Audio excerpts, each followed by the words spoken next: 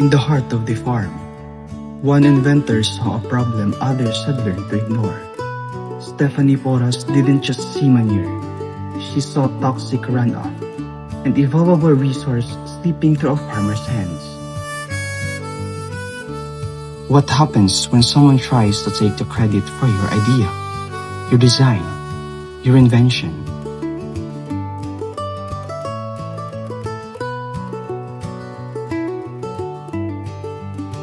Good day, everyone. I am Pearl Ashley, and I'm going to portray Stephanie Porras, the engineer behind the slurry separator machine. And let's discover how she developed this machine. Hi, I'm Stephanie Porras, and I designed this slurry separator machine to help farmers to handle manure more efficiently and responsibly. For years, farmers dealt with the slurry the same way, manually. It was slow, exhausting, and harmful to the environment. Raw slurry contaminates water sources and wastes nutrients that could have been used. Hay nako! Panibagong araw naman ng paglilinis. Wala na bang katapusan to? Sayang nga ito. May paraan lang para mapakinabangan to ng maayos.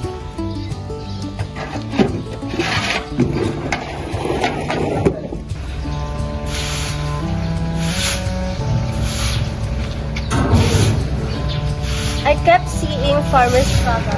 The process was messy, inefficient, and nobody was trying to improve it. And I thought, there has to be a better solution. That was the spark.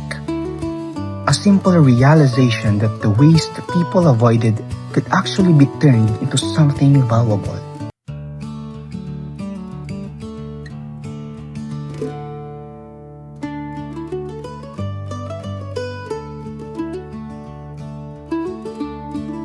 It began as rough sketches, filters, mechanical press, fluid flow paths, ideas that took shape on paper long before they took shape in reality.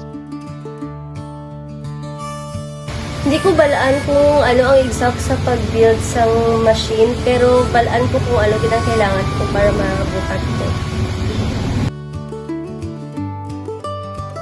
Stephanie was confronted with a recurring problem on the slurry separator machine.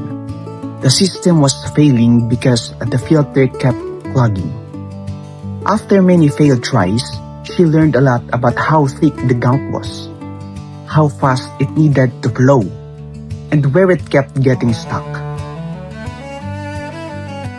In the first test run, the machine actually started separating the liquid and solids successfully, making her cheer. But the success was short-lived as the pressure immediately dropped, forcing her to shut it down. Even with the constant ups and downs, she kept working, making tiny changes until the machine finally ran perfectly. In the end, after many adjustments made, the separator worked smoothly and reliably, making her a clean liquid and dry, separated material.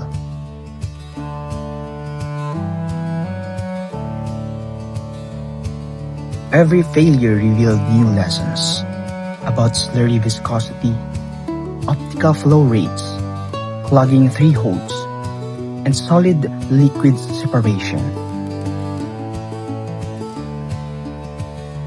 There were moments of triumph, quickly followed by new problems to solve.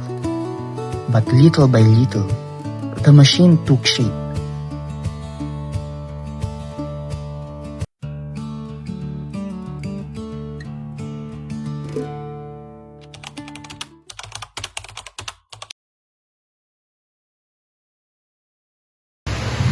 Kung sa funding ang istorya, is wala ko problema sa funding dahil Si ate ko ang nag-fund sa kakontesis. Pero ang problema ko that time is ang construction, guys. Sa construction, ako gid mismo ang nagbaka sa materials isa-isa. Ako gid ang nag-command and everything sa ano good, sa ano, nagpa-welding na sa kidapawan. So, like siya kay nang pabalik-balik ko sa Kidapawan kay ako mismo ang ga-deliver gahatod sang mga materials dito para sa akong nga machine. Kag ako ang naghimo sang tanan na parts sa machine. Gi-sketch ko siya, gitry ko kung ano ang mas na parts dito. Kag nag-donate si Sir Atok sa motor para sa akong nga machine.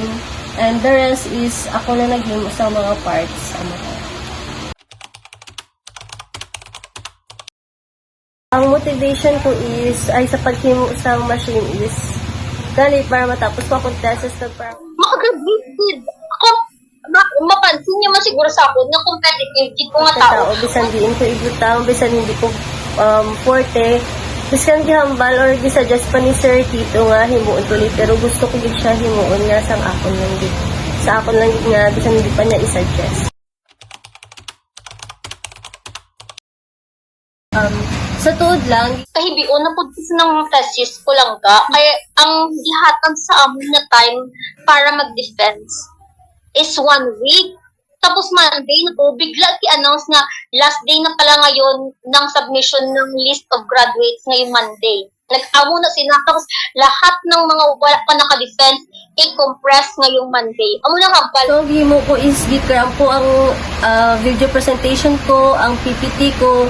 Pwede lang gid kay nagtabang si Ann to classmate ko. So mao to nahimo ko na then amo to pag-defense sa akon kay sabat ko tanan nga pamangkot kay ako ang naghimo gid sa tanan balaan ko kung paano mag-work ang machine, ano iya mga parts, tapos amo to ti pag after na pagtapos ko sang defended na ko kay Naglagaw din ko, nag-celebrate ko with my friends. Kaya tapos na. Like, may mga pilapakadlaw nga pilapakadlaw during my college days. Pero wala na ko problema ako. Kay balaan ko sa sarili ko, wala na ko sang i-comply para makagraduate. Kaya ara na ko sa list of graduated ay mag-graduate yung mga students sa ate. As Stephanie says,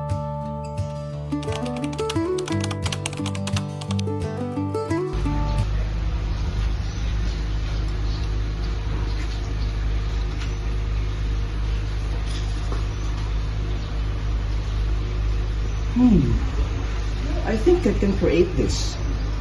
It's a little cheaper. And nobody will ever know this.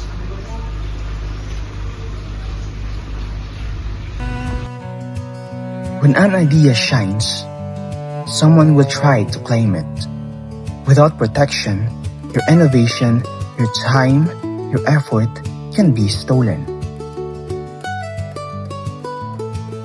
This is where intellectual property rights come in.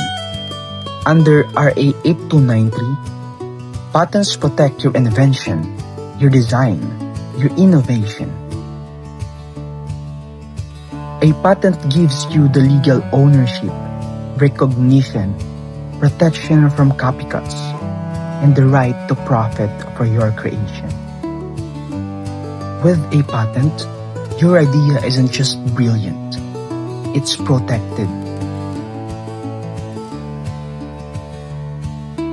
Itong naimo na itong slurry separator kay mas dali na lang pagparase sa sa manure sang Carabao. Dati maski pila pa siya ka days ma-process karon kay sa dalang adlaw tapos dali na lang ko siya utilize. Tapos ang mga tubig na ma-separate kay magamit pa naman para diri sa paglimpyo sila. Big help ang invention ni Stephanie kasi ma-separate niya yung moisture from the manure and make it to like fertilizers para sa mga tanim.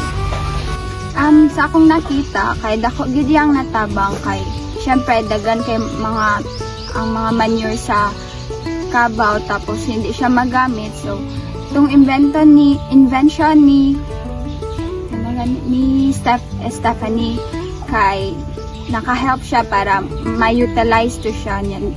Another nang may magamitan mi or katong tubig na pag-separate magamit na mo usab. Stephanie's invention isn't just efficient, it's transformative. Cleaner farms, faster workflow, valuable fertilizer products. This machine empowers small farmers and protects the environment. It's innovation with real lasting impact.